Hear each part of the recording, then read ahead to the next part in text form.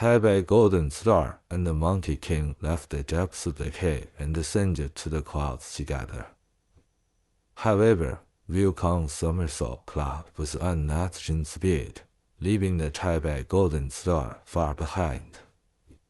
Wukong of White fails at the southern heavenly gate, intending to proceed, but was stopped by the heavenly king of Guelph, who stood with the celestial soldiers Peng, Liu, Go, Bai, Deng, Xing, Shen, and Tao.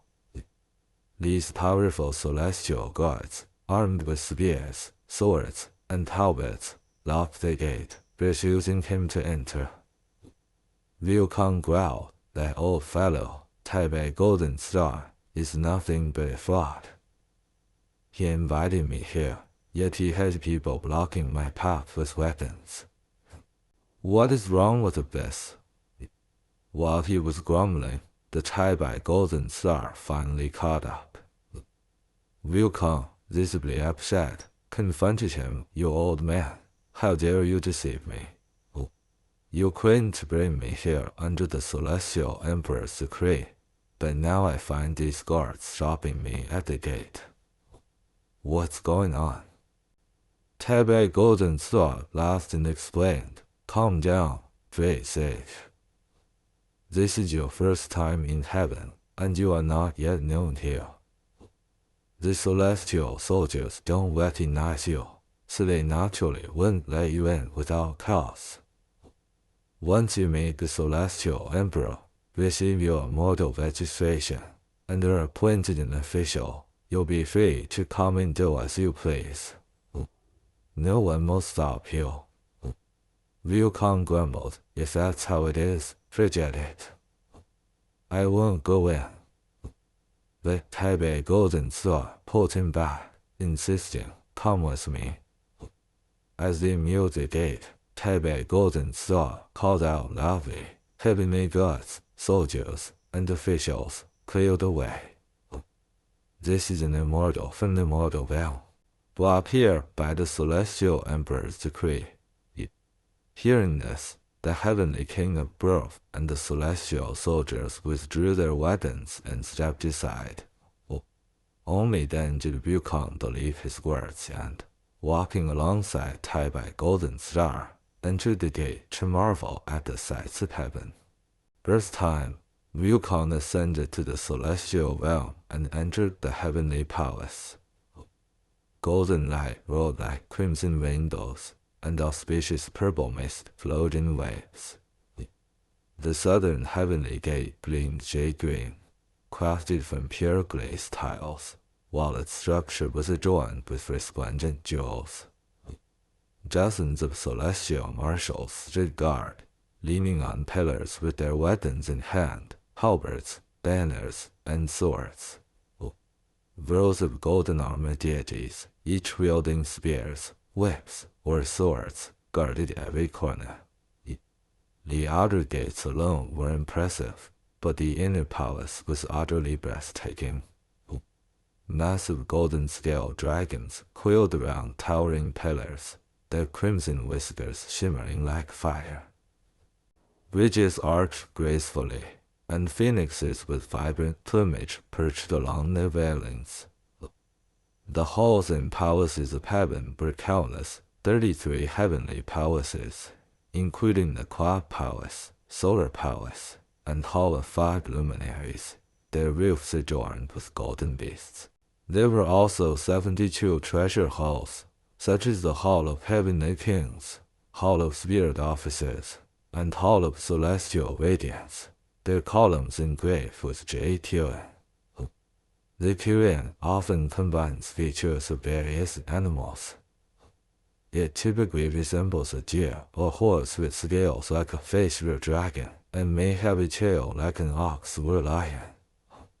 It is a mythical creature in East Asian cultures, often depicted as a symbol of good fortune, prosperity, and righteousness. Its appearance and symbolism vary slightly across cultures. Everywhere, divine plants bloomed eternally. The furnace of immortal elixirs about a curve that remained evergreen through countless years. In front of the hall of reverence stood immortals clad in robes of crimson gauze, wearing crowns glittering with starlight. The entire scene dazzled Wukong. Heaven, indeed, was a realm unlike anything in the mortal world. Tai-bai Golden Star led Wukong to the Hall of Divine Radiance, where the Celestial Emperor presided. Waiting for an official summons, Wukong boldly walked to the front, refusing to bow. Instead, he stood straight, listening as Tai-bai Golden Star announced, "Your Majesty, I have brought the immortal as commanded." The Celestial Emperor asked, "Who is this immortal?" Wukong stepped forward and answered loudly, "I am the great sage, Sun Wukong." The gathered immortals were shocked. How dare this wild monkey address himself so insolently before the emperor? He doesn't even bow. Such audacity deserves death. But the Celestial Emperor waved them off, saying, "This Sun Wukong is immortal born immortal, new to heaven and untrained in etiquette. Let this offense be forgiven." The immortals shouted in unison, "Thank you, Your Majesty." At last, Wukong reluctantly offered a bow to the Celestial Emperor, who then ordered the court officials to find a suitable position for him. The celestial official of martial stars stepped forward and said, "Every position in heaven is already filled, except for the supervisor of the imperial stables." The Celestial Emperor decreed, "Then appoint him as the supervisor of the imperial stables, the Bimawen." The immortals voiced their thanks once again, and Wukong performed a quick bow before leaving with the Star Boy to assume his duties. At the stables, the Monkey King met the various officials and inspected the records. He found that the imperial stables managed 1,000 divine horses, including celestial steeds of unparalleled speed and power. Wukong diligently performed his duties, ensuring the horses were well fed and healthy. He personally supervised the attendants, checked on the horses day and night, and even groomed them himself. Under his care, the horses became robust and spirited. After more than half a month, the officials arranged a banquet to welcome and congratulate him. As they drank, Wukong suddenly asked, "What kind of rank does this Bimawen hold?" The officials hesitated before replying, "That is your title." "And what grade is this position?" Wukong pressed. They replied, "It has no grade."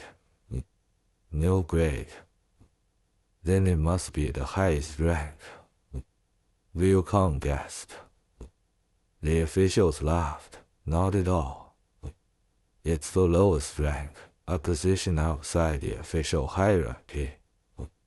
The supervisor of the imperial stables is merely a caretaker for the horses. If the horses grow strong, you might receive some praise. But if they fall ill, you'll face reprimands, fines, or worse." Wukong's face darkened, and anger flared in his chest. "What?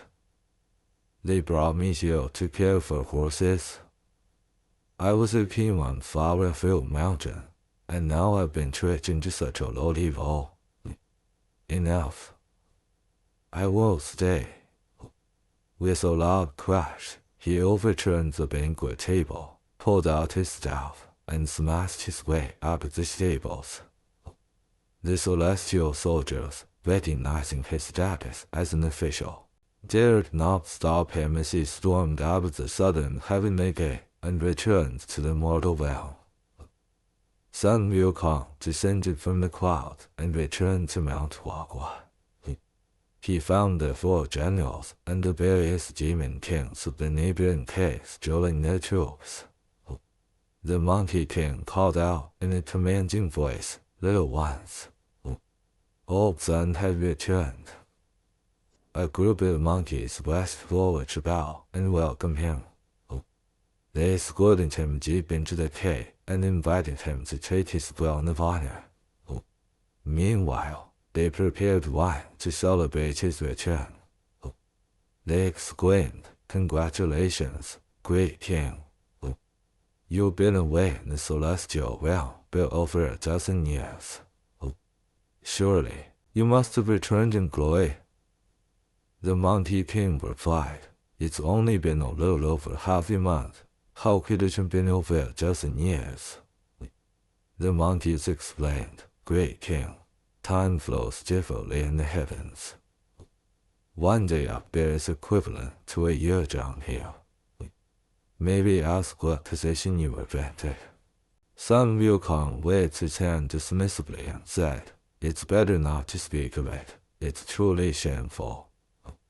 That celestial emperor doesn't know how to use capable people. When he saw my appearance, he appointed me to the humiliating post of Bimawen, which, as it turns out, is just a horsekeeper, not even a position of official rank. I didn't realize this at first and simply played around in the celestial stables. Only today, after asking my colleagues, did I learn how lowly this post is. I was so furious that I overturned the table and refused to accept the title. That's why I've come back." The monkeys cheered, "You've done the right thing, great king. Here in this blessed and sacred place, you are a revered ruler, enjoying endless respect and joy. Why would you stoop to being a mere horsekeeper for them?" They called out, "Little ones, hurry and prepare wine to lift the great king's spirits."